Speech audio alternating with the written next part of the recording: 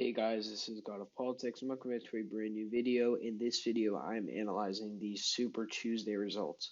Yesterday was a very big night, especially for Joe Biden. It was a big night in general, but especially for Joe Biden, who outperformed pretty much every single places. If we compare to we can first look at the map. We see some states, a lot of blue, a lot of dark blue for Joe Biden. We see Bernie Sanders won Vermont. He won Colorado, he won Utah, and he is going to win California as well. And then we see Biden has won Texas, Oklahoma, Arkansas, Minnesota, Alabama, Tennessee, North Carolina, Virginia, and even Massachusetts and Maine. Now, states like Maine and especially Maine was supposed to be easy for Bernie. Massachusetts, Biden was expected to come in third. It was supposed to be basically between Sanders and Warren. Sanders was expected to win. Sanders came at almost 7 points behind Joe. In Minnesota, Biden won by 8.7 percentage points. That is a huge margin. And a lot of that vote came from Amy Klobuchar, who endorsed Biden. But even still, if you combine Amy Klobuchar and Joe Biden, they count for 43% of the vote, which is a huge margin. We see Biden immediately, as soon as the night was started, was called Virginia. A victory for him. He overperformed here. It was considered a toss-up, and then he ends up winning it by 30 points. Did better here than he even did in Virginia. In South Carolina. He did better in Virginia and South Carolina. And he did almost as well in North Carolina, too. He did very well, and they say that was considered a toss-up, too. Tennessee, obviously, he won by a large margin. Alabama, he won by a large margin. Bernie may not even get many delegates at all. That'll be crazy to see. Arkansas, Joe Biden won easily. Oklahoma, Joe Biden won easily. And then Texas, we saw for most of the night, up until about 12 o'clock, Bernie Sanders was up pretty convincingly. He was up about 6%. I think the most he was up was 7% at one point, and it remained at that. And then suddenly it went from about a 3-point lead to being down by 1.5, 2 points. You see, if we go into the Texas results, especially we see Harris County, for example, a lot of vote came in from there. We had a lot of vote from these areas around Houston. We had Bernie's votes in Travis County, that Austin area, come in very early for him, as well as a lot of Latino vote. And Biden was just able to rack up the small counties, get enough of those small counties to be able to get ahead overall. And it ended up winning pretty convincingly. 4.2% of the state was pretty much counted out in a while ago. And so this, as out of all the delegates that have been assigned so far, we see Joe Biden now has a total of 435 delegates to Bernie Sanders' 381. We see Warren and Michael Bloomberg. Warren has 26, Bloomberg has 9. $500 million got him a victory in American Samoa, the all-important American Samoa primary, just like I had said. And we see Bloomberg got 9 delegates. Warren got, I don't know, maybe just under 20. But total, she's at 26. Buttigieg is still at 26. Sanders at 381. Biden at 435. And to put this lightly, Bernie Sanders had a absolutely terrible night. He really did not do well last night. It was pretty much a worst case scenario in all situations. We see nobody expected him to lose Minnesota, Massachusetts, Maine. He was expected to win Texas too. Nobody thought he would lose Virginia and North Carolina this much. People thought he could even make a play for those states. There's a real possibility where Bernie would have won Minnesota, won Massachusetts, won Maine, won Texas, won Virginia and North Carolina, and maybe even gotten states like Tennessee close.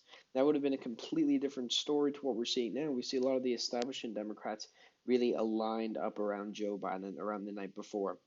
We saw Joe Biden at a very big campaign event in Dallas County, which is, if we go into the Texas results here, Dallas went to Joe Biden by 13 points. That gave him a lot of votes overall here. And you see there, he got the endorsement from Amy Klobuchar, the senator from Minnesota, which is who endorsed him, which gave him the victory in Minnesota. He got the endorsement from Pete Buttigieg, too, which gave a lot of his support over to Joe Biden. I think he's the largest person to drop out at the time now. It is Michael Bloomberg in terms of polling numbers. And it seems like Amy Klobuchar and Pete Buttigieg, all of their vote did go to Biden. People had questions. Will Pete Buttigieg just go directly to Biden? Will a lot of it go to Bernie? Will a lot of it go to Warren? Could Warren get a boost? But no, most of it went to Biden.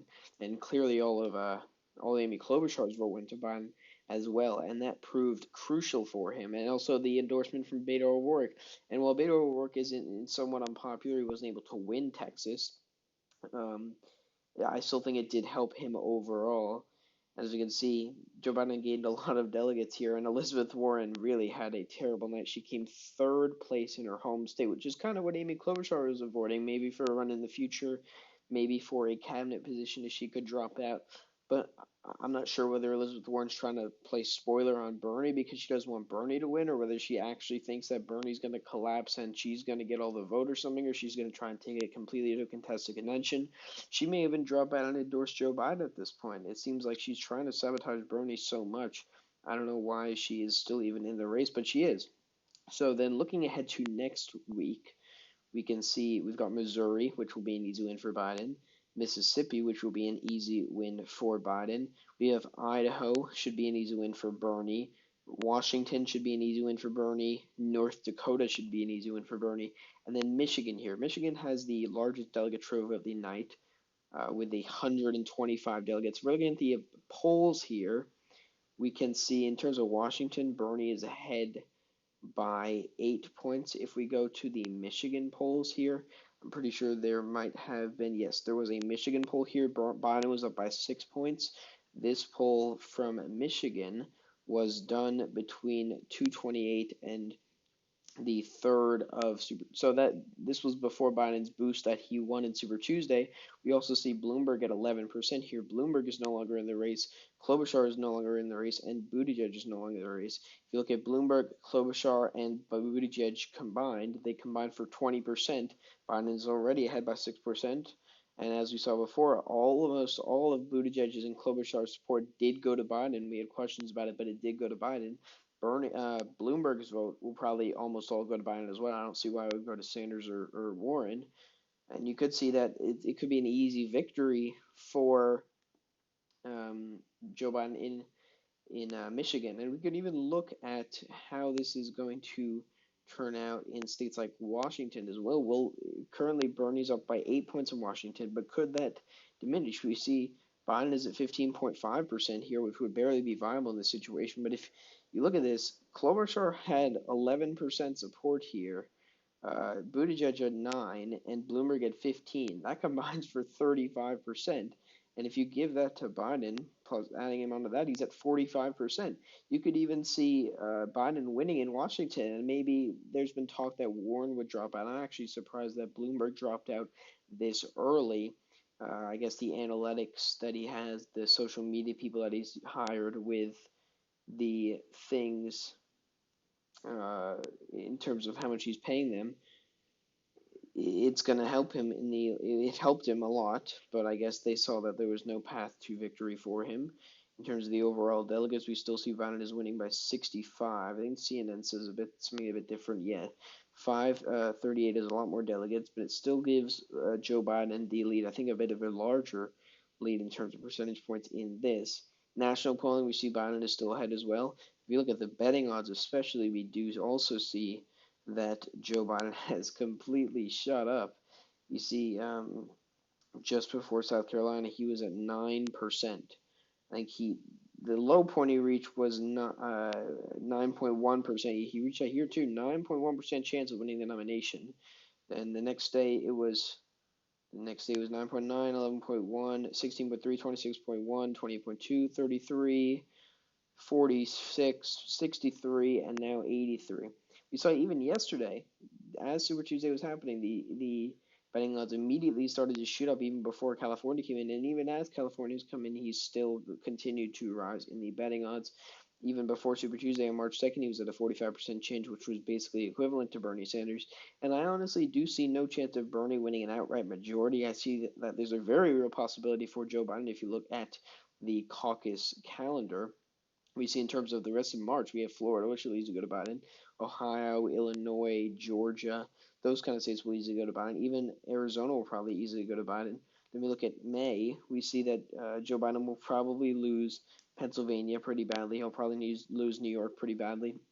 And then you see, is there really any path to victory for him? He's losing so much already. He's going to lose Florida by such a big margin, especially now that Michael Bloomberg is out of the race. He'll lose Ohio by a lot, Illinois by a lot. We could see that Joe Biden gets a majority of the delegates pretty soon. You could see that it happens before the end of May, even, because Bernie Sanders has his 30% base of support. And if we're looking at the exit polls here, we see, if we look at Texas especially, the male vote went to Bernie by 1%, the female vote went to Biden by 6%. You see, obviously, the white vote barely went to Bernie, but the black vote heavily went to Biden. Bloomberg actually came in second place from the black vote in Texas. The Hispanic vote, as we expected, easily went to Bernie. The Asian vote, which was only 2%, easily went to Bernie as well. We see overall white versus non-white. The white vote went to Bernie barely. The non-white vote easily went to Biden by 6 percentage points. Then we look, these are general trends that we've been seeing. The younger voters heavily go to Bernie. We see Biden only got 13% support from 18 to 29-year-olds in Texas. That was even lower in California. I think it was about 5%. But then he just trounces him in the older voters. Above 45, Bernie gets 21 and 16% support respectively. That is just a disaster, and that is not the way he's going to win. The Bernie Sanders idea of what he was going to do is he said, I'm going to get the largest youth turnout in history. And we've had plenty of different kind of states vote. We've had plenty of states vote in general, and we have not seen that. In these states that you had higher turnout, in general, Joe Biden did better in, such as Virginia. So Bernie Sanders' entire plan is being undermined. But if we're looking at 538 here, it still gives a contested convention a 61% chance to Biden's 31% chance. They think that a contested convention is more likely than Biden winning. I think that we'll have a clear picture, especially when Michael Bloomberg jumps out. It takes this into account. Maybe we'll see Warren drop out, but there's a lot of other factors to consider. I just wanted to overview how the Super Tuesday results have affected that. Obviously, it's a very good result for Biden, poor for everybody else running.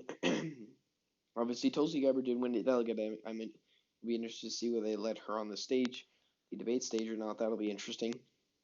But yeah, that's beside the point. What we're seeing here is that Biden had a very good night, and he's probably going to be the nominee. I'll talk a bit more about it in future videos, but that's all I want to say for now. So yeah, hope you all enjoyed this video. Please like and subscribe as always, and I will see you guys later.